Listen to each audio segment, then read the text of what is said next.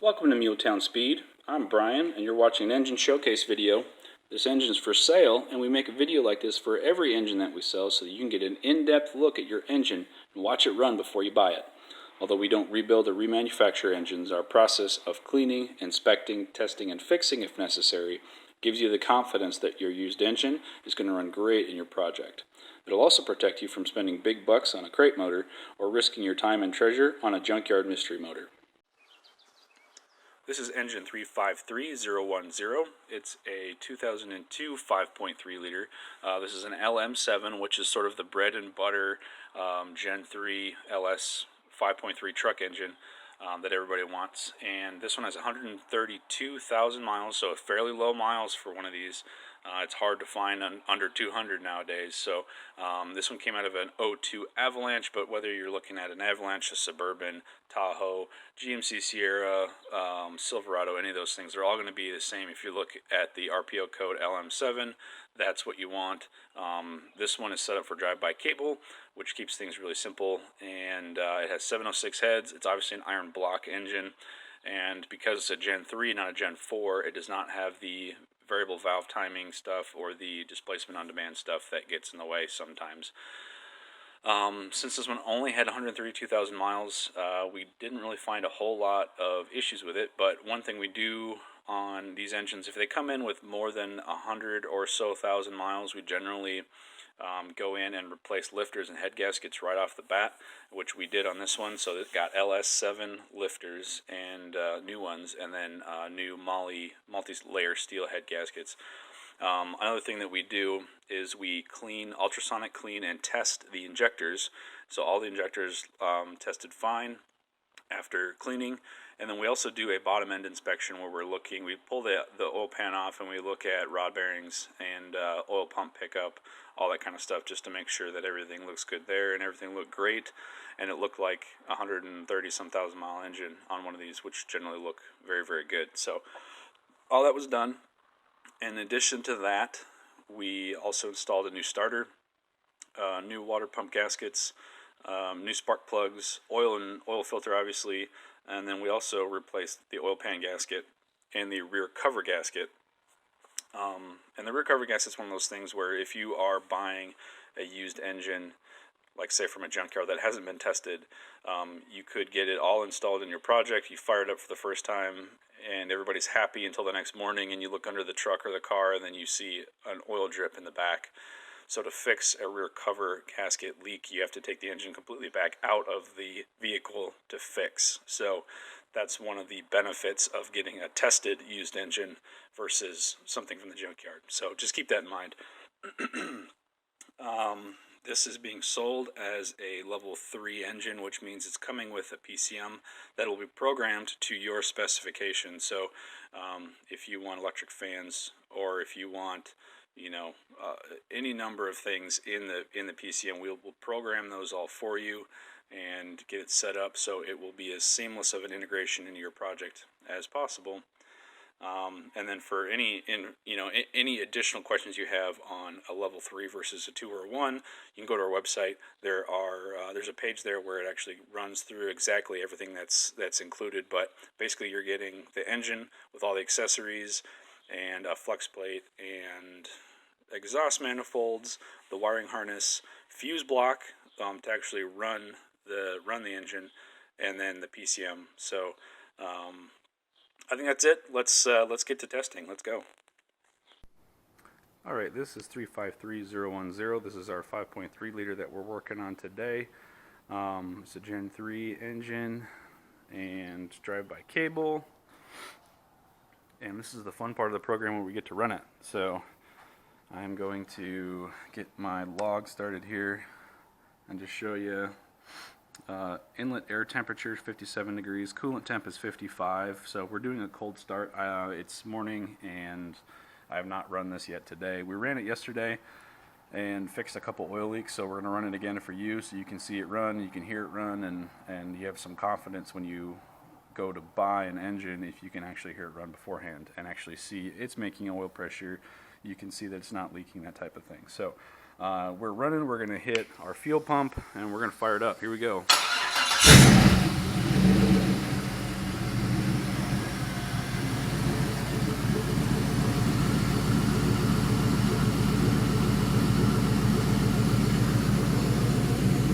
zero drama.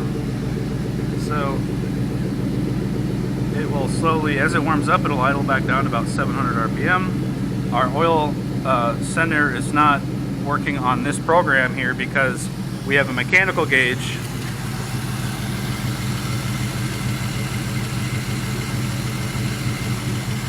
So my lens is a little foggy, but that's just above 40 psi. So 42, 44 psi on cold startup. You see, normally they blow a little bit of condensation out the exhaust when they fire up, but this one's not even doing that, so pretty happy. Nice and quiet with the new lifters. We never tested it with the old lifters, but it's just nice and quiet.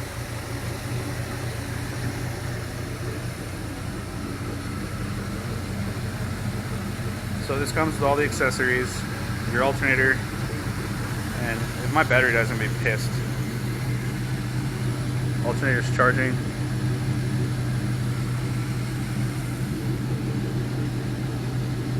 About 80 degrees. Sorry, if my battery dies, I'm gonna switch batteries real quick and I'll be right back with you, but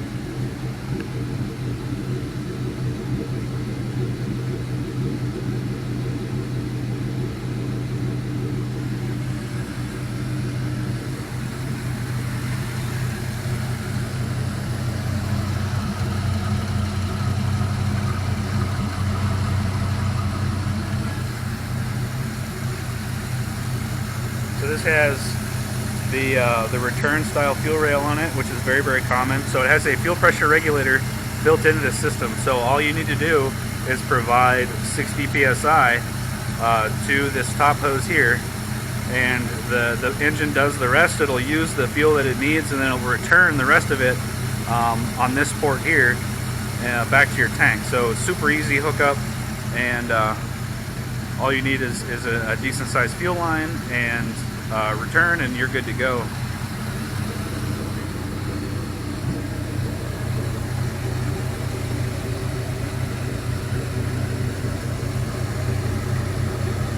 Here we go. As we're warming up, we're getting, it's a little cool out this morning.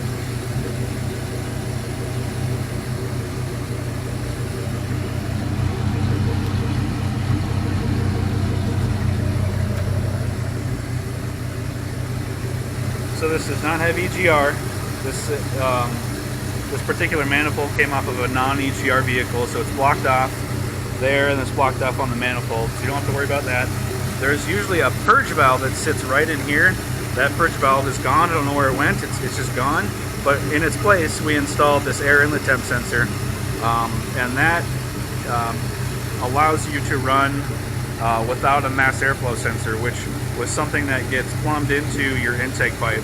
It just makes the install much easier, much cleaner.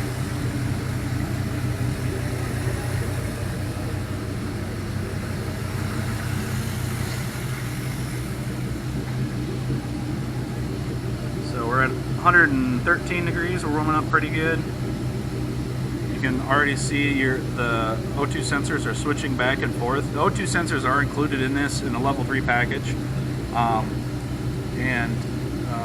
If they're looking good like this, that means that they're working. They're supposed to be switching from high to low, 0 to 1 basically. And that's what you want. And it will kick into closed loop and start adjusting long-term fuel trims here as soon as it gets up to temperature. So those are working as they should, and we're idling about 700 RPM.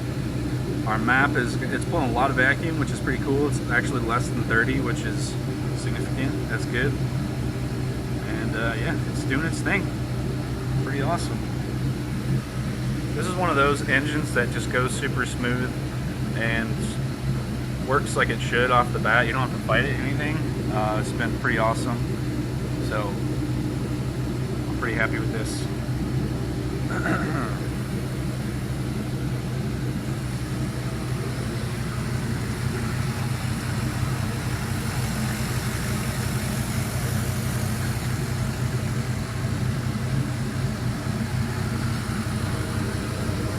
So the only accessory that this does not come with is the AC compressor, because a lot of people don't run AC, or if they do, they'll relocate it so it's higher up so they have room around their frame rails. But if you do want to run an AC compressor, I can provide the bracket that will allow you to bolt an AC compressor up to the engine down there. That bracket comes with a tensioner, and it's just standard Silverado parts. So let me know if you need that. See, brand new starter, looking good.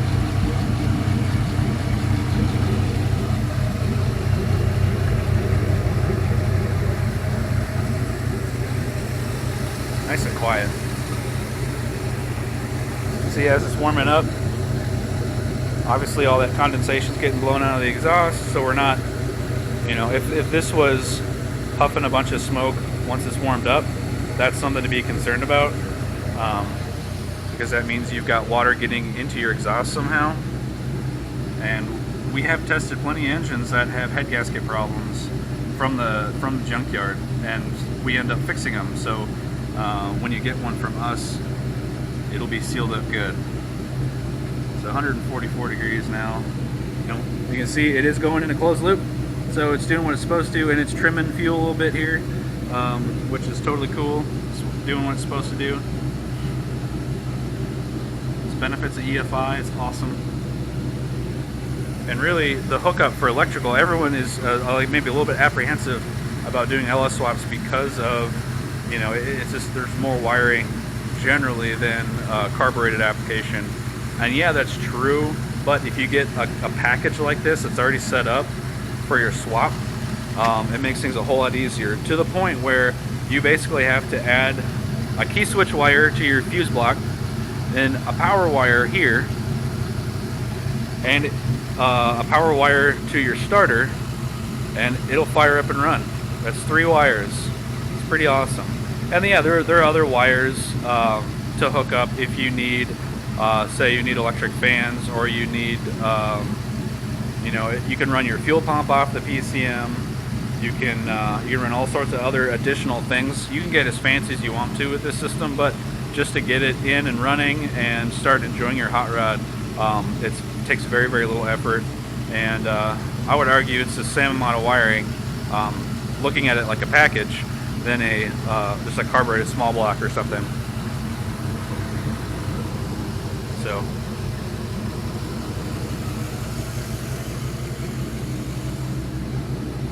(160 degrees).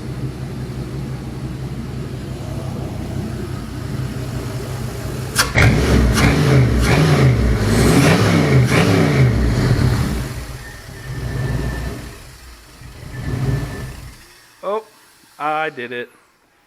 So there's no load on the back end because there's no transmission, so it has not corrected for fueling yet.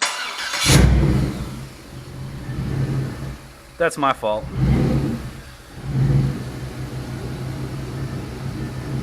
So when I test these, I don't have a transmission, so that transmission, because of the torque converter and everything else, is a whole bunch of extra weight spinning around. And when there's no weight there, since the computer has not been calibrated to run without anything back there, it is trying to adjust for fueling based on that extra weight and that extra inertia, and that's just not there. So that was the reason for that there.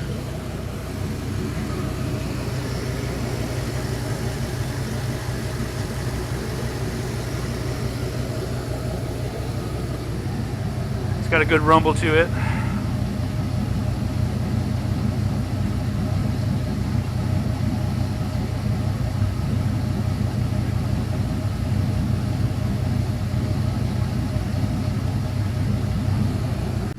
Alright, sorry about that. So fired back up here at 185 degrees, and I did my refuel and I spilled some fuel, so we had to move the test stand. Good thing it's on wheels, it makes it super easy. But anyway, I just wanted to give you another quick glimpse here before we shut down of it actually running on the warm side. Obviously nothing dangerous. It's not even 200 degrees yet, but fully warmed up to see what's going on, to see everything here. So still charging good. Our vacuum is looking awesome. 30 is very, very normal. 700 RPM, and we're at mid-30s on our oil pressure, which is fantastic. We still don't have any leaks. That's fuel drips. You can see that's from that. So it's just more gasoline, but nothing under here.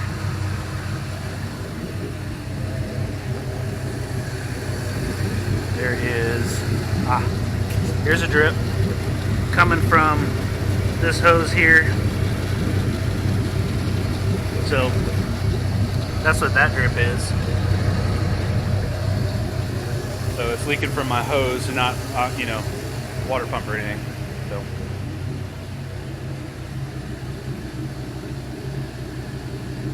So it looks like it's just going to stay at about 187, 190 here for the foreseeable future. I don't even have the fan on. It runs nice and cool.